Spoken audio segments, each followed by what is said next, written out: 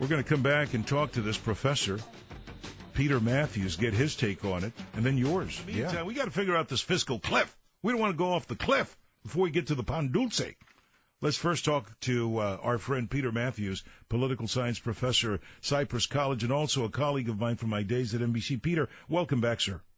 Good to be here, Dave. So, as we hear these very well-crafted kind of statements that they make after they emerge from these meetings, how much of it is show, and how much of it do you think we're moving in the right direction, Peter? I think they said there was a cordial meeting, whatever that's supposed to mean. But I'm looking at the summaries coming out of there, and basically both sides are in the same position, but they'll say they will work things out without giving specifics. So what I'm going to say is that if they don't work, I think they will actually do it, because what's going to happen is instead of increasing tax on incomes over $250,000, the president might raise that to $500,000 rather than $250,000. So there's a compromise worked out there, and then they'll try to chop off some funding. Okay. Just a moment, because before you rattle off too many points, so let me see if I get that. What he might concede, what the president might give the Republicans, is to say, look, we won't be taxing people making more than $250,000 at a higher rate. We'll wait till they're making over $500,000. Is that what you're saying? That's very possible as part of the compromise, right. Okay. In addition, there would be less trimming on Social Security and Medicare, which the Republicans want to do. Wait. No. Excuse me. And I don't mean to challenge you, but this is the first time I've heard anyone of any political stripe tell me that they're going to cut either Medicare or Social Security. That would be political suicide. No, let me explain. It would be. Here's what the Republicans want to do. Many of them, especially the Tea Party types, and they do have some power here. They want to say that maybe the most wealthy Social Security recipients wouldn't wouldn't get completely covered, or the most wealthy Medicare recipients wouldn't get covered fully. They have to pay part of their fee. There is talk of entitlements, Dave, also being cut. So this is included. That's the part that I'm concerned about, Professor. What about these other programs? Where do you see them trying to slice and dice at a time when a lot of Americans need, and I'm not talking the historically underserved in the lower socioeconomic strata. I'm talking about people who are laid off from companies like Amgen and other companies like that, the newly uninsured, which, by the way, and then I'll let you give me the answer, that represents more than 50% of the growth in California. On our Medi-Cal rolls, it isn't the historically poor and disadvantaged. We're talking about the newly underemployed or unemployed. Talk to me about that.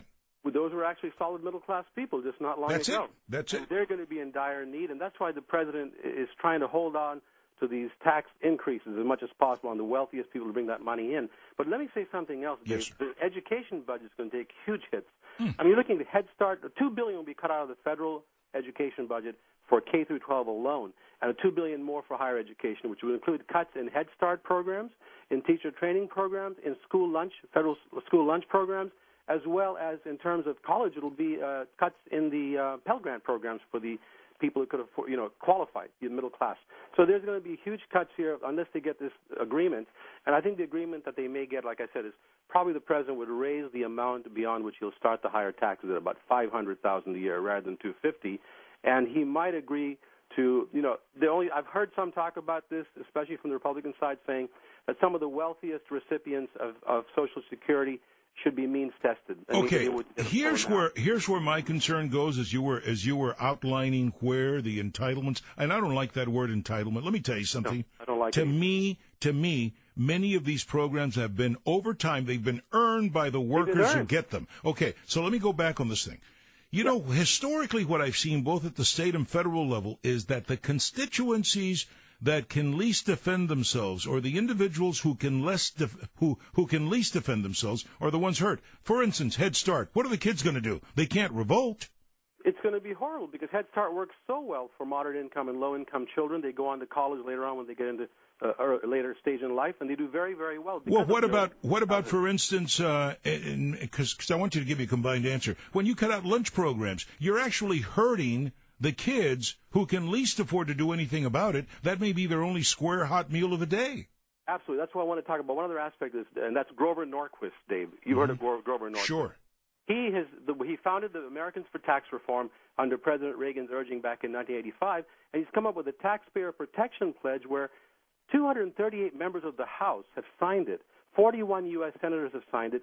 13 governors and 1,244 state legislators have signed this pledge, and that is just hamstrung. It's completely bound the Republicans completely for not voting for any kind of tax increase, and that's just really hurt the middle class because the programs they needed have been... Let me tell you something, Professor.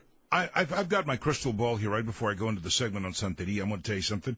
These are the fools who are going to get voted out of Congress next time we can get at them because, look, this is not a reality-based solution paradigm anymore. That's not the way you come down to compromise. But I want to leave you with one opportunity to answer this because you're the analyst. This is the way it's described. The fiscal cliff is combining wary American consumers, edgy investors, and wary employers. I mean, that's a troika of things, a perfect storm made for a disaster. Can we truly come to some meaningful solution before Jan 1? We absolutely have to, because already you're seeing the effects of the troika. It's causing all kinds of negative aspects of the economy. And let me tell you one thing. If we don't do that by Jan 1, on Jan 2, $109 billion will have to be cut immediately from defense and from non-defense programs. That's already set to be cut as early as January 2nd. That's what the law states. So we've got a really serious problem here, and these congressmen and senators and the president, of course, have to get on the ball. Okay, here's what we're going to do. We're going to mobilize our listeners. The Crusaders are moving into action. What we're going to do is we're going to put on our website today the numbers for Dianne Feinstein. We're going to put Senator Barbara Boxer. I want to also have us reach out to newly elected Julia Brownlee from the 26th District. Please, listeners, go to our website, KTLKAM1150.com, the David Cruz Show page. Let's reach out to these people, yes? Absolutely. In 5 minutes. Oh, in 5 minutes. In 5 minutes. Yeah, she's fast. Professor Peter Mathews, have a wonderful weekend.